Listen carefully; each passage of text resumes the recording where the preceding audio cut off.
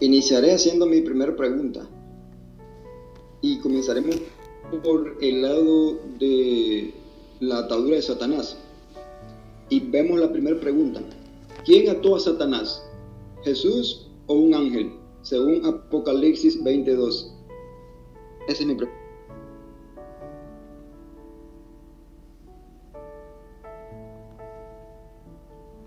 Por eso tu pregunta, según Apocalipsis 20,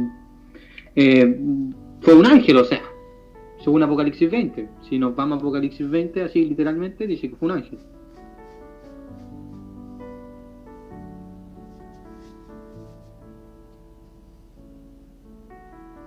Sí, pero yo pregunté, según ustedes dicen que Jesús ató a Satanás, pero según Apocalipsis 22 dice que fue un ángel. Entonces la pregunta es, ¿quién ató a Satanás? ¿Jesús o fue un ángel?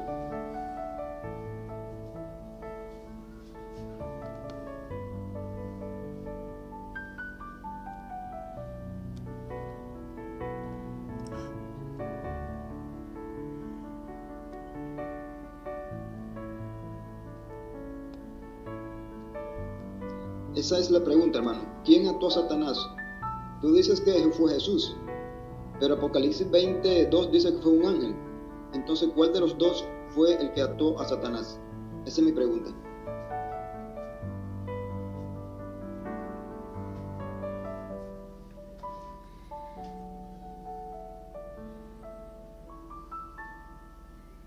Bueno, nosotros interpretamos Apocalipsis 20 en eso de quién ató a Satanás como tal. Interpretamos básicamente que se podría decir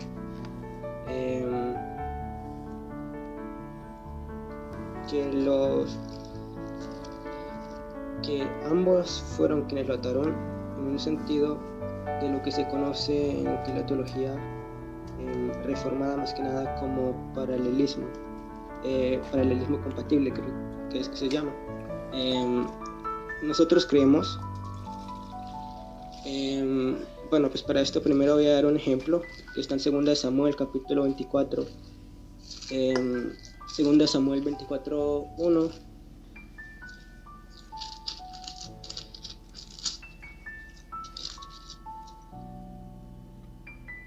Dice, volvió a encenderse la ira de Jehová contra Israel, incitó a David contra ellos a que dijese, ve, haz un censo de Israel y de Judá. Y en 1 Crónicas 21, del 1 al 2, en 1 Crónicas 21, del 1 al 2, dice, pero Satanás se levantó contra Israel, incitó a David a que hiciese censo de Israel. Dijo David a Joab y a los príncipes del pueblo, id a hacer censo de Israel desde Beerseba hasta Dan e informarme sobre el número de ellos para que yo lo sepa. Y lo mismo vemos, por ejemplo, algo similar en Éxodo capítulo 10, versículo 1. Jehová dijo a Moisés, entra a la presencia de Faraón, porque yo he endurecido su corazón, el corazón de sus siervos, para mostrar entre ellos estas mis señales. Mi Éxodo 8:32 dice, mas Faraón endureció aún esta vez su corazón y no dejó ir al pueblo. Bueno, hay más ejemplos a lo largo de la Biblia. Puedo dar también, por ejemplo, lo que está en 2 Tesalonicenses 2 del 11 al 12, cuando dice, por eso Dios les envía un poder engañoso para que crean a la mentira, a fin de que sean condenados todos los que lejos de creer a la verdad se deleitaron en la injusticia. Y Apocalipsis 20:20, y la bestia fue apresada, y con ella el falso profeta que había hecho delante de ella las señales con las cuales había engañado a los que recibieron la marca de la bestia y habían adorado su imagen. En este caso vemos que en 2 Tesalonicenses dice que Dios envió un poder engañoso para que crean a la mentira, para que ocurriera la incredulidad. En Apocalipsis 20:20 dice que el que lo hizo que el que los engañó fue el falso profeta y la bestia. Entonces lo que nosotros vemos es que, así como en estos casos ocurrió que Dios incitó a David, al igual que lo hizo Satanás, o que al mismo tiempo, o que por ejemplo Dios endureció a Faraón, aunque Faraón mismo también se endureció, o que Dios envió un poder engañoso para que crean la mentira, aunque a la vez quien nos engañó fue la bestia, el falso profeta. Asimismo nosotros creemos que, así como Cristo ató a Satanás, un medio que él utilizó fue básicamente el ángel. Para nosotros el ángel fue,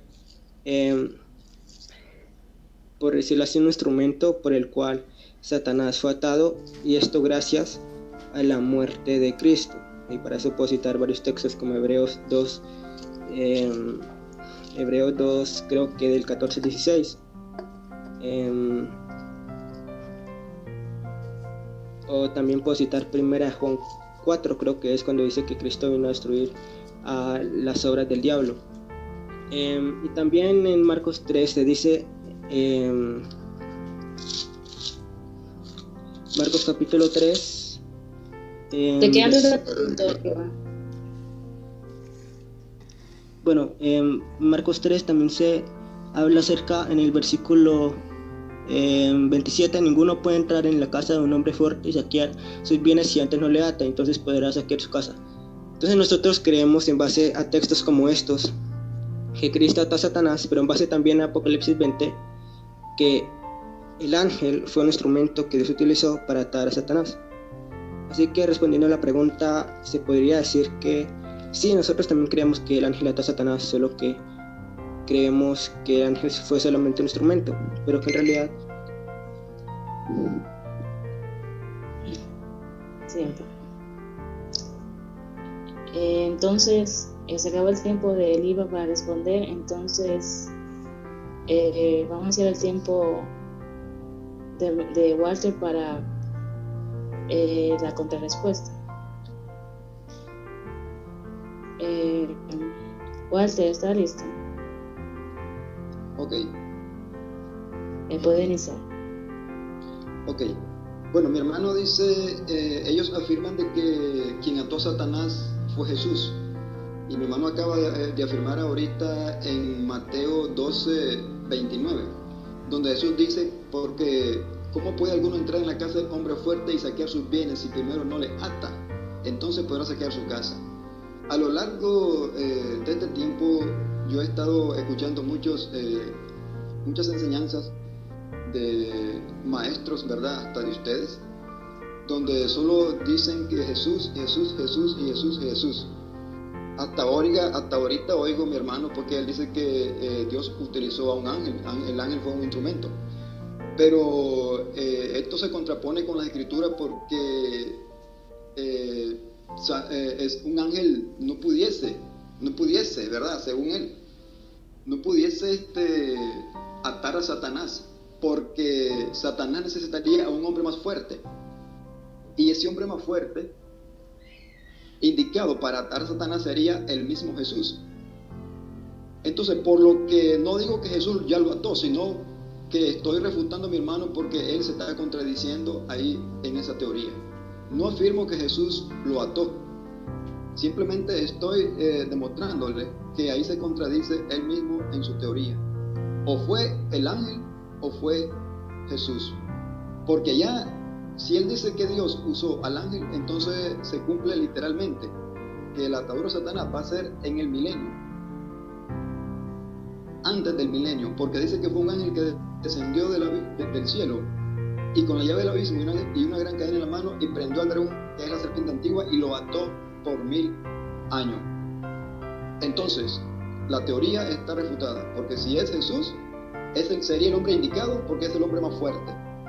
Pero si es un ángel, entonces ya la teoría se contrapone. Esta es toda la refutación. Vale, gracias. Ahora, ¿quién tocaría hacer la pregunta? Nosotros, ¿no?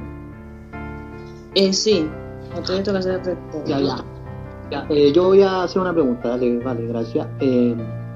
Dale, bueno, voy a utilizar un pasaje, sí, para hacer esta pregunta, que en Colosenses 1:13, que dice: el cual nos ha librado de la potestad de las tinieblas y trasladado al reino de su amado Hijo. ¿Qué opinan ustedes de este pasaje? Ya que nosotros lo utilizamos para defender que el milenio ya empezó, ya que está hablando en tiempo pasado, porque dice, y nos ha trasladado al reino de su amado Hijo. Pero, ¿qué opinan ustedes? ¿Cómo lo interpretan en su postura? Amén. Muy buena pregunta, clara. Y sencilla la respuesta. Nosotros creemos de que Jesús, cuando vino, estableció un reino espiritual, igual que ustedes lo creemos. Igual que ustedes. La diferencia es que nosotros creemos que después vendrá un reinado literal. Pero el reinado espiritual no lo negamos. Por lo que sí creemos esa postura de ustedes, igual que ustedes. Que reinamos en el sentido espiritual con Cristo. Esa es toda la respuesta. Dale, vale, gracias. Ya yo voy a hacer una contrarrespuesta. Bueno, gracias por tu respuesta. Y un punto que igual yo quiero aclarar, que nosotros los amillennialistas no negamos un reino futuro. O sea, creemos que el milenio ya empezó, pero creemos que va a ser consumado cuando Cristo venga y establezca su reino eterno. Eso igual es lo que quiero aclarar. Y bueno, también voy a dar algunos pasajes que por lo general nosotros usamos, los amillennialistas. Voy a usar un pasaje de Efesios 2, Efesios 2, versículo del 5 al 6, que dice así: aún estando nosotros muertos en pecado, nos dio vida juntamente con Cristo, por gracia sois salvos, y juntamente con Él nos resucitó, y asimismo nos hizo sentar en los lugares celestiales con Cristo Jesús. Esto es uno de los pasajes que nosotros igual usamos para defender que el milenio empezó, ya que dice que nos hizo sentar en los lugares celestiales con Cristo Jesús, en tiempo pasado.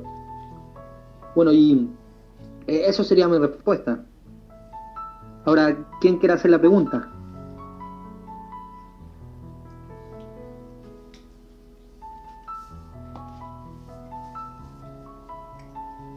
Creo que me toca a mí, no sé. Ya se me olvidó quién. Puede ser cualquiera. Ok, es que vamos intercambiados así para no perder Bueno, voy con mi segunda pregunta. ¿Cuándo fue atado Satanás? ¿Antes de la muerte de Cristo o después? Esa es mi pregunta. Bueno, te voy a responder y realmente hay amillennialistas que piensan diferente respecto a ese tema. Algunos piensan que lo ató antes, algunos piensan que lo ató en su nacimiento, otros piensan que lo ató después de su muerte, en su resurrección, y otros piensan que lo ató en su crucifixión. Bueno, yo en lo personal, yo creo que Satanás fue atado cuando Cristo murió por nosotros en la cruz del Calvario. Y voy a utilizar un pasaje de Colosenses 2, del 13 al 15, voy a utilizar. Dice: y a vosotros, estando muertos en pecado y en la circuncisión de vuestra carne, os dio vida juntamente con Él, perdonando todos los pecados, anulando el acta de los decretos que había contra nosotros, que nos era contraria, quitándola del medio y clavándola en la cruz, y despojando a los principados y los potestades, y los exhibió públicamente, triunfando sobre ellos en la cruz. Bueno, esa yo creo que sería mi respuesta. Yo en lo personal creo que fue atado durante su muerte, durante donde Cristo murió por nosotros. Pero la verdad hay amillennialistas que piensan diferente respecto a ese tema.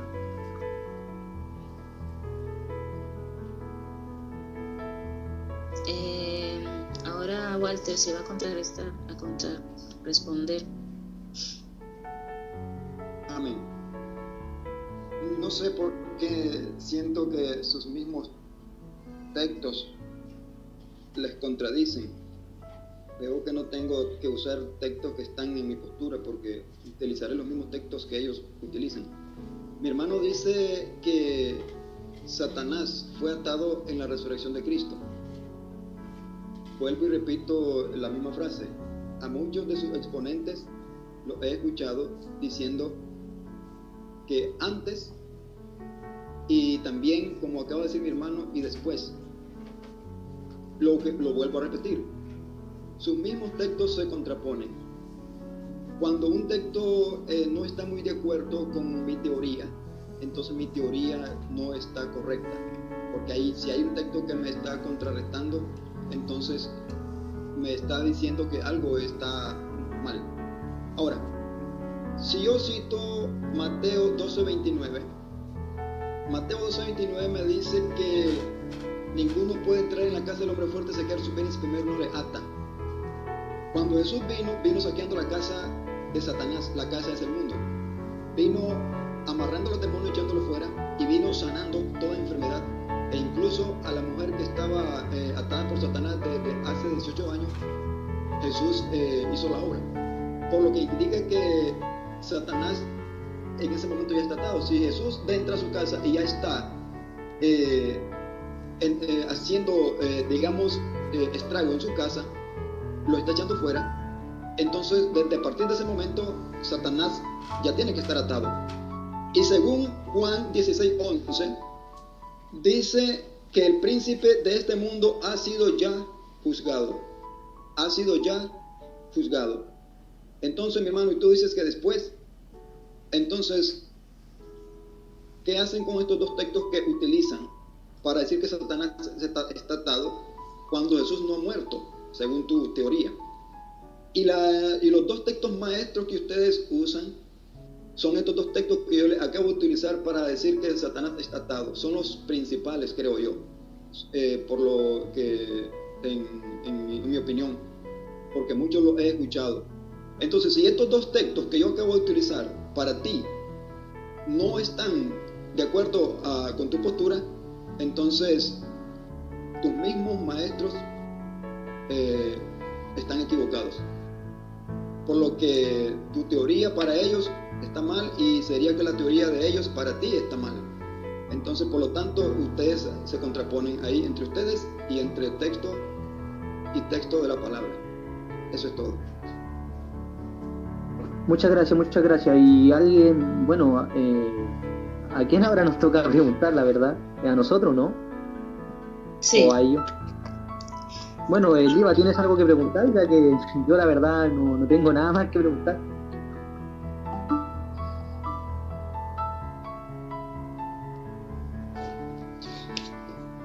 Bueno, en Segunda de Pedro, capítulo 3, para hacer la pregunta. Segunda de Pedro, capítulo 3, versículo 10, del 10 al 11, bueno, del 10 al 12,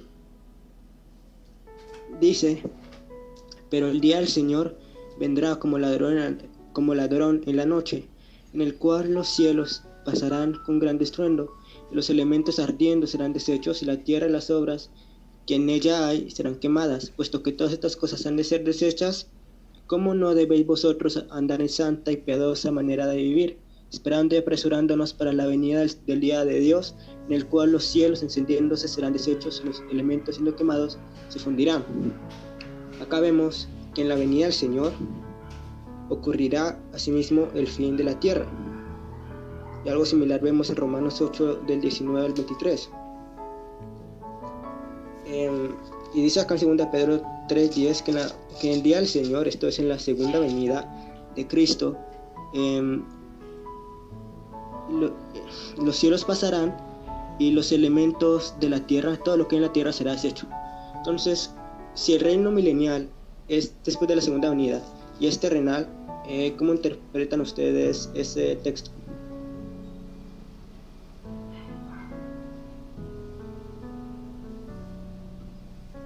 Amén.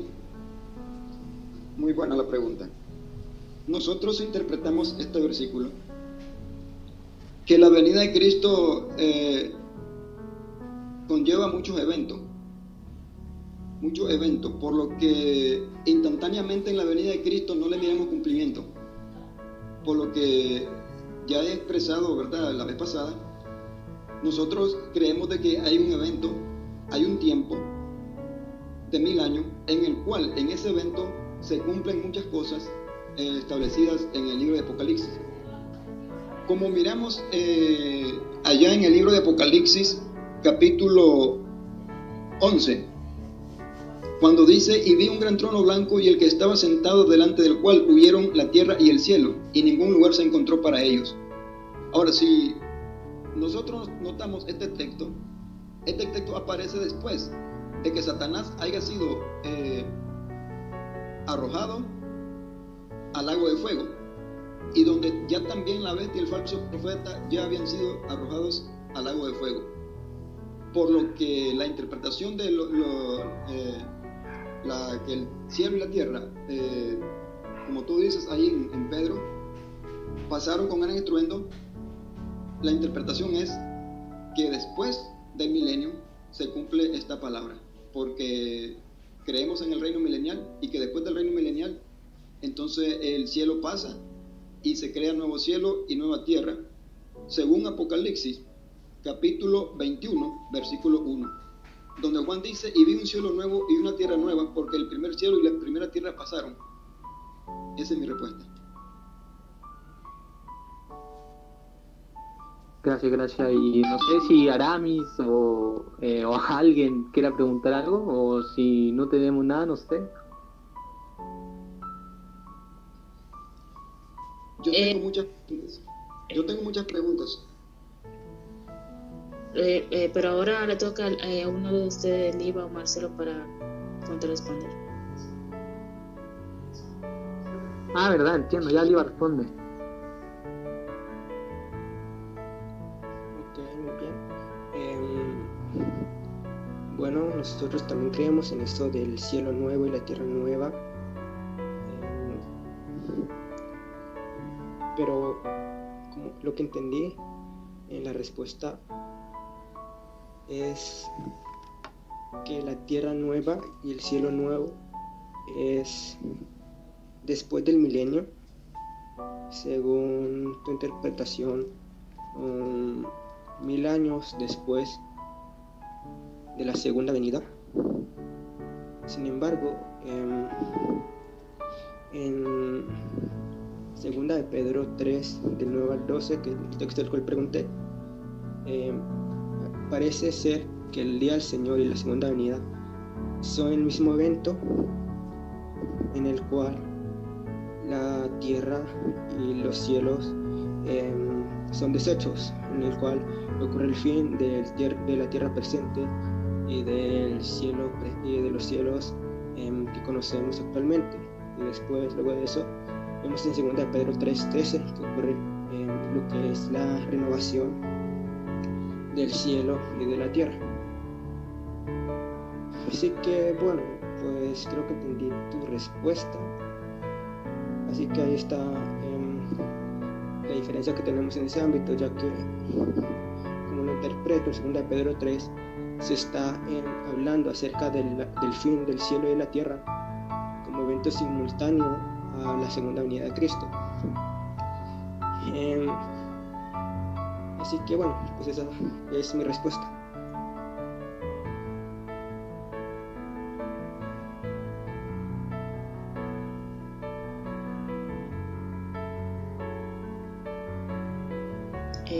Ok, entonces del lado de Walter tienen tiempo ahora para preguntar.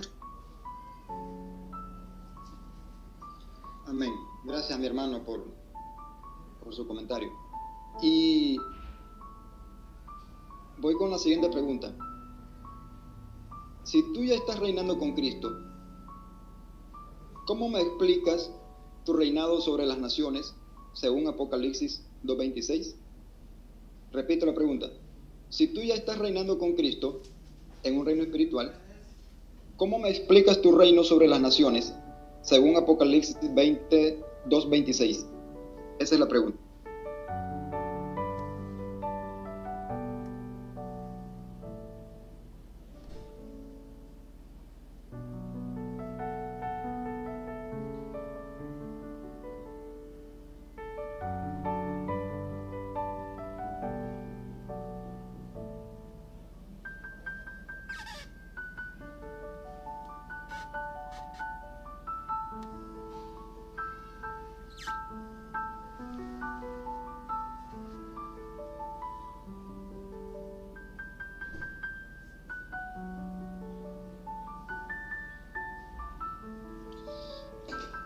Ok, buena pregunta.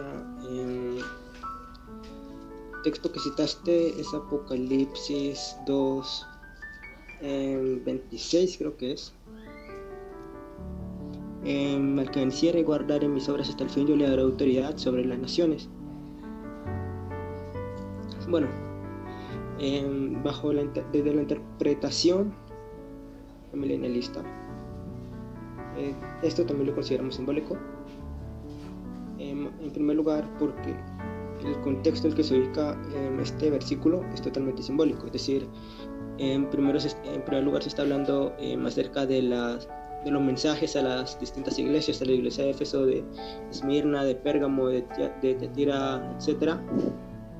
Y todos estos mensajes son estos mensajes cuando dice, por ejemplo,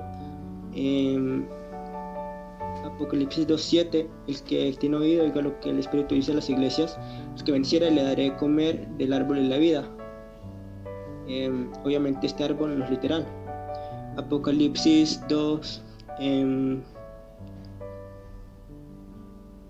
2:17, el que tiene oído oiga lo que el Espíritu dice a las iglesias. El que venciere daré comer el maná escondido y le daré una piedrecita blanca. En la piedrecita ha escrito un nombre nuevo, el cual ninguno conoce sino aquel que lo recibe. Y Apocalipsis 2:26 es ahí cuando se habla acerca de la autoridad sobre las naciones. Apocalipsis 3:5, el que venciere será vestido de vestiduras blancas y no borraré su nombre del libro de la vida. Confesaré su nombre delante de mi Padre y delante de sus ángeles. Obviamente las vestiduras blancas tampoco son literales. Y así en el resto de mensajes se utilizan símbolos más que nada. Interpretamos como todo principalmente simbólico. Y bueno, pues respecto a nuestro reinado, en primer lugar nosotros creemos, como había dicho Marcelo antes, que el reino es presente en el sentido de que el reino milenial del cual habla Apocalipsis 20 interpretamos que ya inició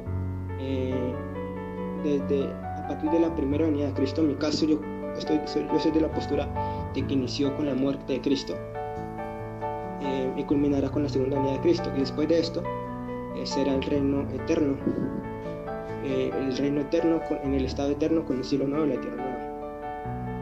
Entonces se cumple lo de que creo que dice Mateo 5, que heredaremos la tierra.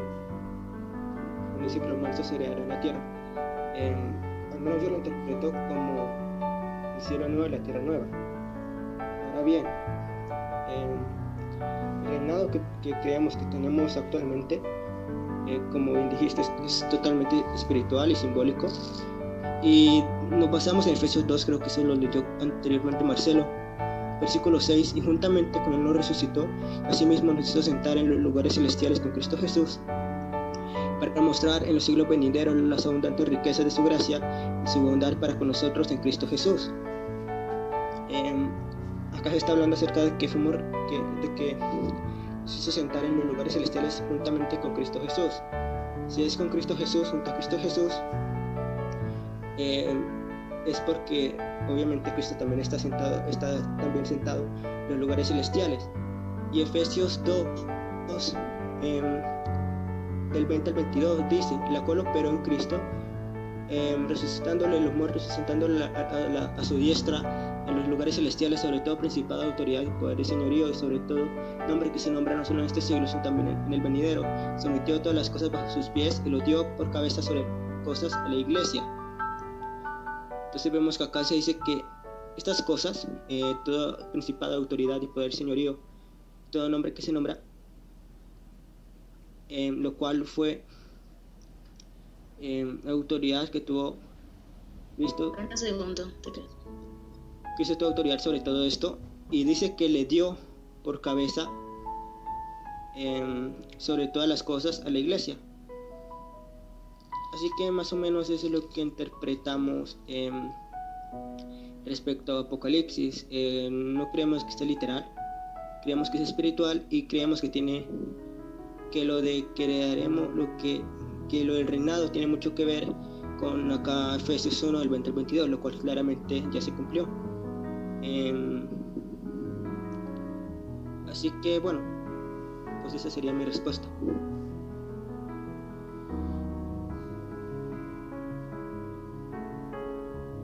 Bien, ahora le toca a Walter para contrarresponder.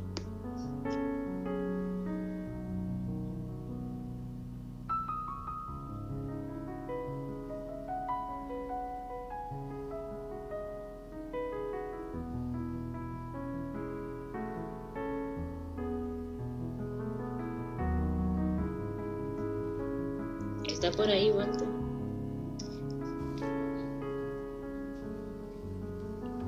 Amén, amén. Es que no había encendido el micrófono. Bueno, Dios bendiga al hermano, ¿verdad? Esta es mi refutación. Si el hermano dice que el estar reinando con Cristo en el ámbito espiritual no implica estar reinando en lo terrenal. Y que el estar reinando con Cristo es estar con Cristo, ¿verdad? Sentado en los lugares celestiales.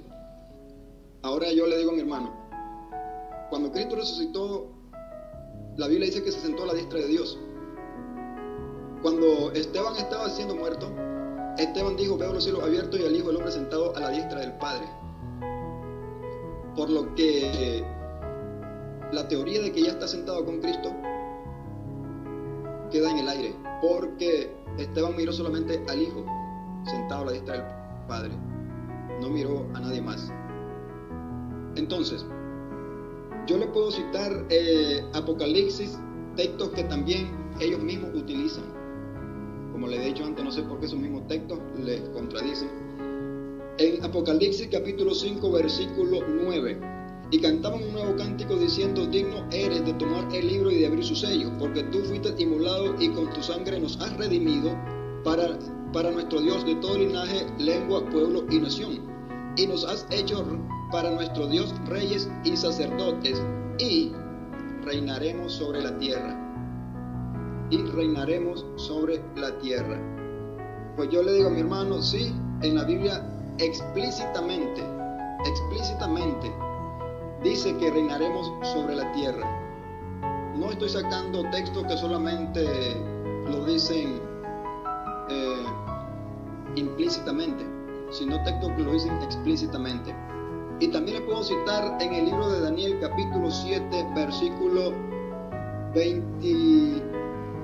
26 y 27: pero se sentará el juez y le quitará su dominio, para que sea destruido, arruinado hasta el fin, y que el reino y el dominio y la majestad de los reinos debajo del sol, escuche bien, debajo del sol, debajo de todo el cielo, sea dado al pueblo de los santos del Altísimo, cuyo reino es reino eterno, y todos los dominios le servirán y obedecerán.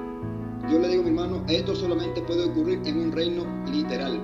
En un reino espiritual, hermano, este texto te contradice, porque solamente en un reino literal las naciones se unirán, como lo expliqué la vez pasada, donde todos los reinos se van a correr a Jerusalén buscando el favor del Señor. Aquí la Biblia dice que todos los reinos y los dominios le servirán y obedecerán. Entonces, en el sentido espiritual, hermano, esto no te encaja, por lo que el texto te habla a ti, que tu teoría está equivocada. Mateo 19, 28. Jesús le dijo: de cierto os digo que en la regeneración, cuando el Hijo del Hombre se siente en el trono de su gloria, vosotros que me habéis seguido también os sentaréis sobre 12 tronos para juzgar a las 12 tribus de Israel. Entonces, aquí Jesús le está prometiendo a sus 12 discípulos que cuando esté sentado en su trono de gloria, también los 12 discípulos van a estar sentados en su trono de gloria, juzgando a las 12 tribus de Israel. Si esto es en sentido espiritual, entonces ¿a quién van a juzgar si todos están en cuerpo glorificado? Y para que este texto encaje, este texto encajaría más bien en mi postura, porque mi postura es que sí hay un reino terrenal en el que Cristo se sienta, y aquí los 12 discípulos se sientan también sobre 12 tronos y van a juzgar las 12 tribus de Israel. Por lo que las 12 tribus de Israel se cuentan como tribu hoy en día terrenalmente. En el cielo, mi hermano tendría que probarme que también se usa en sentido espiritual en el cielo, pero no, ahí no van a estar divididas el pueblo de Israel por tribus, ni también las naciones por lengua, ni tribu, ni naciones, por lo que estos textos le refutan a mi hermano su teoría. Así que la Biblia es clara, sin torcer las escrituras, aplicar la Biblia a como está escrita y sin titubear, la Biblia lo habla, que por lo que el texto, hermano, lo deja ver muy claro. 30 segundos. Muy claro. Y por lo que no debemos torcer cuando si es literal, ponerlo como figurado, porque la Biblia a lo largo y ancho lo habla muy claro y hablando de un reino literal, el cual basé anteriormente en mi exposición, y con estos textos lo confirmo, que sí hay un reinado literal en el que todas las naciones se van a unir para adorar a Jesús, y nosotros, como estaremos ahí, dice la Biblia, también vamos a estar ahí reinando, y los discípulos también sobre 12 tribus, juzgando a las 12 tribus de Israel. Entonces, si todo esto tú me dijeras que es figurado, entonces pues vamos a tener que sacar muchos textos, ¿verdad?, en el cual no encajan en nuestra teoría, pero sí, estos textos, hermano, no te encajan a ti en tu teoría, pero bueno, Dios les bendiga. Esa es mi respuesta. Vale, gracias, gracias por tu respuesta. Ahora nos toca, bueno, preguntar a nosotros. Yo voy a preguntar algo. Bueno, voy a leer para esto Apocalipsis 20. Voy a leer del 1 al 3, que dice: y vi un ángel que descendía del cielo con la llave del abismo y una gran cadena en la mano, y prendió al dragón, la serpiente antigua, que es el diablo y Satanás, y lo ató por 1000 años, y lo arrojó al abismo, y lo encerró, y puso su sello sobre él, para que no engañase más a las naciones, hasta que fuese cumplido 1000 años, y después de esto debe ser desatado por un poco de tiempo. La pregunta sería: ¿qué entiendes tú por atar? ¿Qué entiendes tú por eso?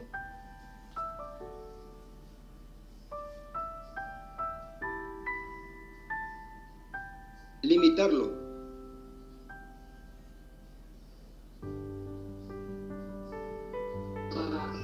Al tiro respondo, espera, es que hay mucho ruido en mi casa, en serio. Pero dale, bueno, concuerdo contigo, limitarlo es lo mismo que creemos nosotros cuando decimos que el diablo es atado. Nos referimos que está limitado en poder, no nos referimos a que está inmóvil, sino limitado en poder, como acabaste de decir anteriormente.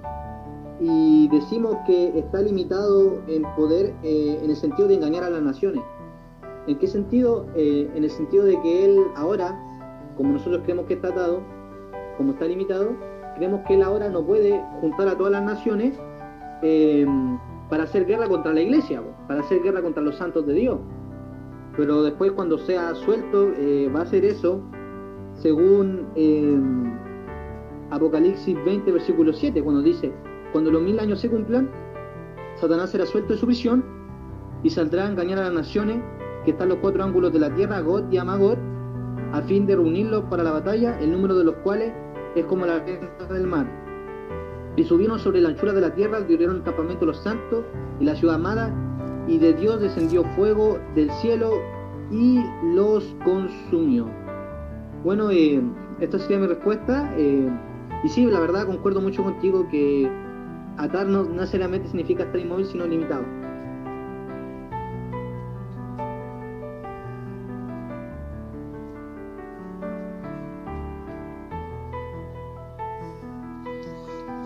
Sí, dime, Liva.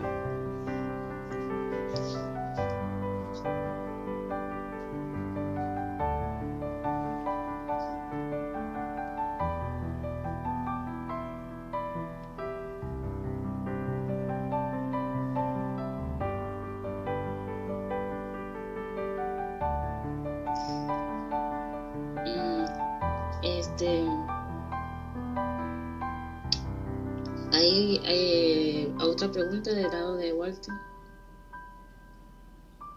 Sí, amén. Dios bendiga al hermano. Bueno, esta es mi pregunta. Si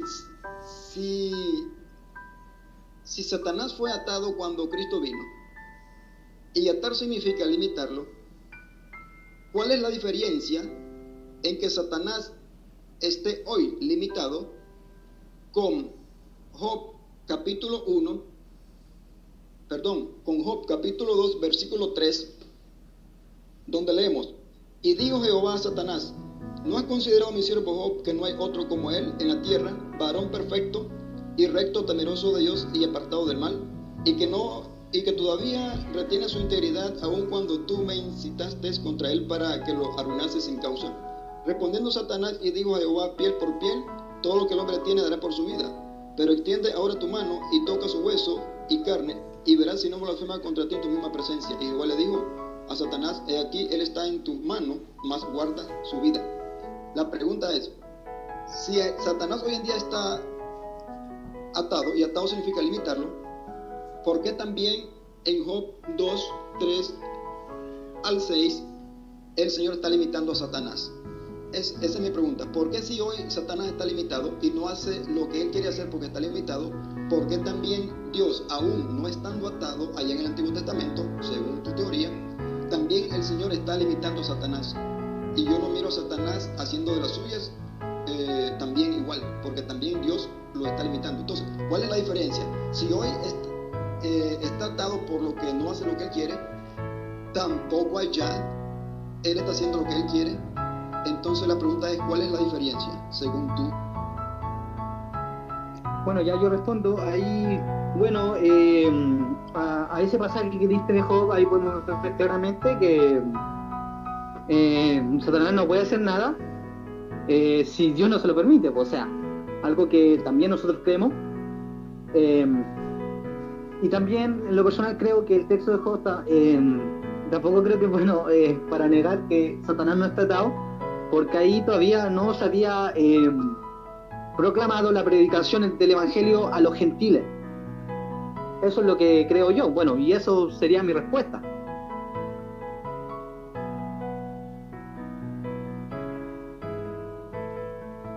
Sí, amén. Esta es mi refutación. Tú dices que hoy en día Satanás fue atado por Jesús para estar limitado, por lo que Satanás no puede operar con toda su plenitud, con toda su fuerza, para hacer lo que él quiere hacer. Entonces, mi refutación es esta: si Satanás, al igual que hoy, está limitado, como al igual que en Job, los versículos que leí, también está limitado, entonces yo miro que allá en el Antiguo Testamento está limitado, y también miro esa misma postura acá en el Nuevo Testamento. Entonces, yo no miro que hay alguna diferencia. Por lo que si tú me dices que Satanás está limitado hoy en día porque fue atado, sería un argumento ilógico, porque también allá yo lo miro que está limitado. Por lo que no hay una razón, una lógica para decir que él fue atado hoy en día. Si lo mismo puedo ver yo allá también que está atado. Entonces la pregunta sería, ¿estaba también allá Satanás atado? Porque miro la misma autoridad de Dios sobre él. Acá lo limita y allá también. Por lo que la teoría de que Satanás fue atado es incierta. Porque también tú me dirías, no, es que también allá él está atado y por eso Dios no le permite hacer lo que él quiere. Porque Dios le dice, está en tus manos, pero guarda su vida. Por lo que Satanás también está limitado. Entonces es igual, allá lo miro limitado y aquí también. Entonces no hay ninguna atadura. Porque si aquí estuviera atado y limitado, entonces allá estuviera suelto. Si tú me dijeras, allá en el Antiguo Testamento Satanás está suelto, y me dieras un texto donde diga que está suelto, y luego aquí está restringido, entonces tu teoría se asienta en base bíblica. Pero a la actualidad no he visto una base bíblica donde diga que él ya está atado. Porque si hablamos de limitado, también en el Antiguo Testamento está limitado. Entonces esa es mi respuesta o mi refutación. Por lo que no hay ninguna diferencia, entonces no ha pasado nada para Satanás, sigue igual, porque ya está restringido, limitado, y también hoy. Entonces él no ha sido atado cuando Cristo vino, porque la misma postura tiene ya con la de hoy en día. Esa es la refutación. Gracias. Bueno, por la contrarrespuesta, si Liva quiere preguntar algo o alguien más que lo haga.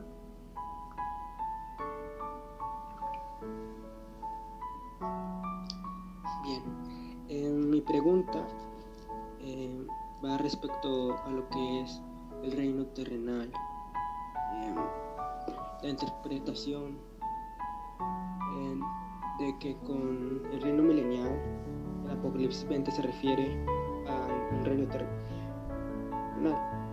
Mi pregunta respecto a eso es, si el reino es terrenal, ¿cómo se explica 1 Corintios 15:50 cuando dice: pero esto digo, hermanos, que la carne y la sangre no pueden heredar el reino de Dios, y la corrupción hereda la...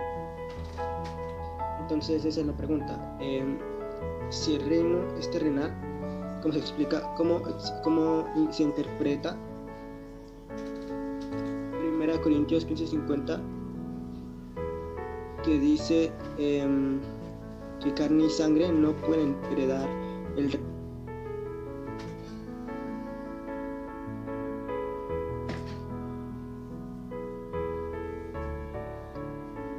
Amén. Gracias por la pregunta. Esta es mi respuesta.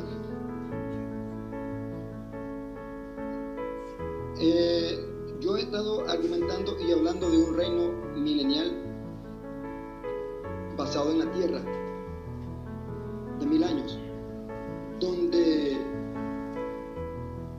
naciones que van a ser salvas en el tiempo de la gran tribulación entrarán a reinar en ese milenio terrenal. No voy a mezclar el reino terrenal con el reino espiritual, ya como viviera en el cielo, como tú lo habías dicho antes. Entonces hay una gran diferencia entre el reino terrenal o el reino milenial terrenal y el reino espiritual en el cielo, por lo que a ese se refiere Pablo, que en el reino de los cielos no entrará ni carne ni sangre. Y también dice Apocalipsis que nada inmundo entrará en ella, hablando de la Nueva Jerusalén. Por lo que el reino celestial, el reino del que tú hablas y del que Pablo habla, se refiere a la Nueva Jerusalén.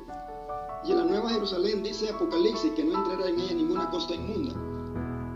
Por lo que te ubico el texto en mi respuesta. En el reino milenial, ahí sí entra carne y sangre, porque los que queden vivos en la gran tribulación, esos entran a reinar, y los que queden vivos del pueblo de Israel. Y esto lo puedo confirmar con el libro de Zacarías, capítulo 14, versículo 16, donde dice que todos los que sobrevivieren de las naciones vendrán, dice, a adorar año con año y a celebrar la fiesta de los tabernáculos en Jerusalén. Y como muchos textos también cité, que no hay espacio o tiempo para volverlos a citar, pero sí donde muchos textos apuntalan de que las naciones van a estar ahí en cuerpo físico, como lo dice Zacarías 14:16. Por lo que contesto tu pregunta, que en el reino milenial sí, carne y sangre, pero en el reino ya, en la Nueva Jerusalén, solamente en un cuerpo glorificado. Esa es mi respuesta.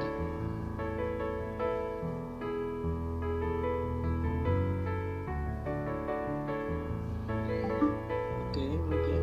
Bueno, pues ante eso no tengo ninguna objeción, ya que de hecho eso es lo mismo, bueno, eso es más o menos lo mismo que argumentamos nosotros cuando decimos que el reino de Dios no es solo presente, sino también futuro, porque nosotros, al igual que ustedes, creemos que el estado eterno es también un reino de Dios, es también el tiempo del estado eterno, el tiempo con la nueva tierra, con el nuevo cielo y la tierra nueva, es reino de Dios. Y nosotros creemos que cuando dice, por ejemplo, en 1 Corintios 6, de 9 al 10, o en Efesios 4:4, en textos cuando se hace mención, por ejemplo, a personas que no heredarán el reino de Dios, pues también creemos lo mismo. Creemos que en estos textos, con reino de Dios se hace referencia a lo que es el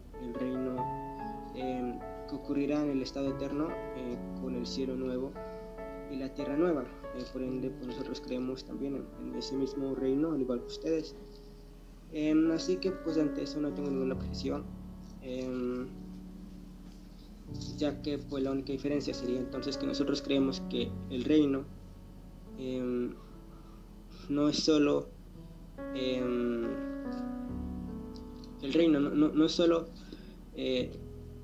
futuro, y creemos que el reino futuro es el estado eterno, Y bueno, pues también creemos que el reino es presente y que con eso se refiere en Apocalipsis 20.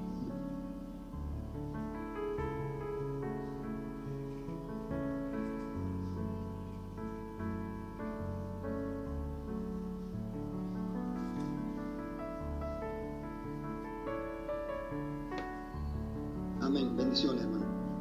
Gracias por tu respuesta. Vamos a la siguiente pregunta. Contéstame con un sí o un no para proseguir a la pregunta.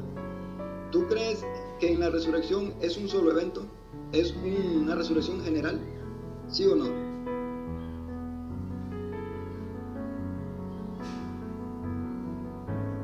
La resurrección, si me habláis así cuando Cristo venga, sí, en ese sentido sí. Amén. En ese sentido te haré una pregunta. Si en la segunda venida de Cristo ocurren dos eventos, la resurrección de los justos y la batalla del Armagedón, ¿cuál de estos dos eventos ocurre primero? Vuelvo a la pregunta. Si en la segunda venida de Cristo ocurren dos eventos, la resurrección de los justos y la batalla del Armagedón, ¿cuál de los dos eventos es el primero? Esa es mi pregunta. Bueno, ya, quiero aclarar, aunque bueno, ya esto ya no tiene nada que ver con el milenio, creo que ya no estamos viendo más el tema de lo que es el arrebatamiento. Bueno, nosotros creemos, como te habíamos dicho anteriormente, que el diablo está atado y cuando va a ser suelto va a hacer guerra contra los santos de Dios. Nosotros creemos eso, tal como lo dice Apocalipsis 20, y creemos que justo en ese momento Cristo va a venir visiblemente y va a arrastrar a su iglesia. Eso es lo que yo he estudiado. Ahí yo creo que estaría mi respuesta. En mi postura, el arrebatamiento y la venida de Cristo son un mismo evento. No son dos eventos distintos. Pero eso yo creo que lo podríamos debatir otro día.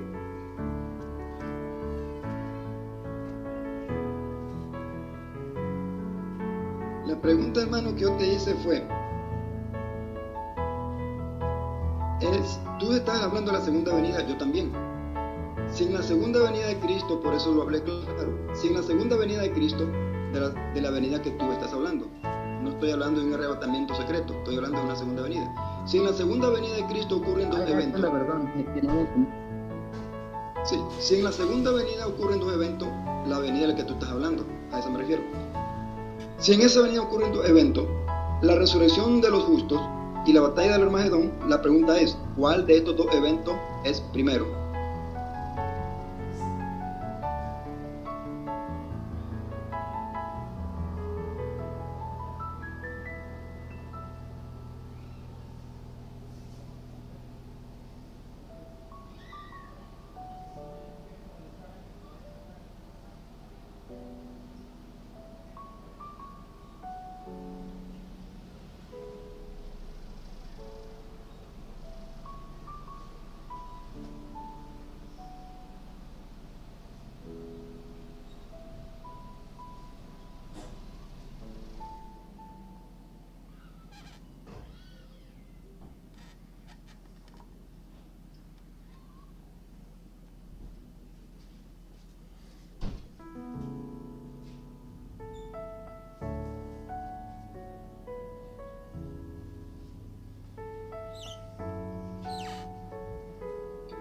Bueno, nosotros creemos que la guerra, el Armagedón y lo que es la guerra de Gog y Magog, narran Apocalipsis 27 al 8, son lo mismo. Para nosotros no hay diferencia entre el Armagedón y la guerra de Gog y Magog. Por tanto, pues bueno, sabemos que lo de la guerra de Gog y Magog ocurre antes de la resurrección general. Creo que con resurrección general te refieres a si creemos que la resurrección es de justos como injustos. No sé si te refieres a eso. que sí es lo que creemos, que los justos resucitan al mismo tiempo, simultáneamente, que los injustos. Y creemos entonces que antes de eso va primeramente lo que es el Armagedón. Creemos también que el Armagedón es la misma guerra de Gog y Magog, la cual ocurre después de que Satanás es desatado. Para nosotros, la desatadura de Satanás ocurre antes de la segunda venida. Así que bueno, pues esa es mi respuesta. Así es como lo interpretamos nosotros respecto a aquel tema. Repito la pregunta, hermano. Yo estoy preguntando de la batalla del Armagedón. La batalla del Armagedón es la batalla que será liderada por la bestia y el falso profeta. La de Gog y Magog es la que Satanás hace contra Dios. Bueno, pero ese no es el tema, o no es la pregunta. La pregunta es, ¿cuál de los dos eventos es primero cuando Cristo venga en su segunda venida? La resurrección de los justos o la batalla del Armagedón, no de la guerra de Gog y Magog, sino la batalla del Armagedón. Esa fue mi pregunta. En caso que no me entiendas o no me puedes explicarle, pues haré otra pregunta. Pero la pregunta es muy clara. ¿Es la resurrección de los justos primero o después la batalla? ¿O primero es la batalla o después es la resurrección de los justos? ¿O general? Para que me entienda mejor. Te lo acomodo de esta manera. En la segunda venida de Cristo, ¿cuál de los dos eventos es primero? ¿La resurrección general que tú dices o la batalla del Armagedón? Amén. Esa es la pregunta.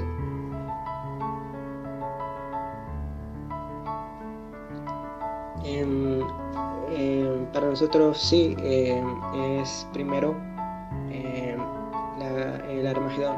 Para nosotros el Armagedón ocurre antes de la resurrección general. Exacto, sí, así mismo, es verdad. Ahora entendimos mejor tu pregunta, igual.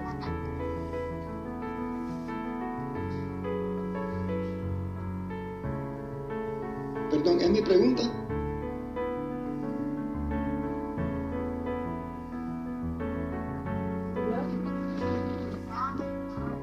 Ahora, bueno, a ver, a ver, No sé si es mi pregunta. voy a hacer una pregunta para yo. Yo creo que es mi pregunta, pero Ana, ¿qué dice? Ella lleva el control. Sí. Ah, Sí, ya, es su pregunta.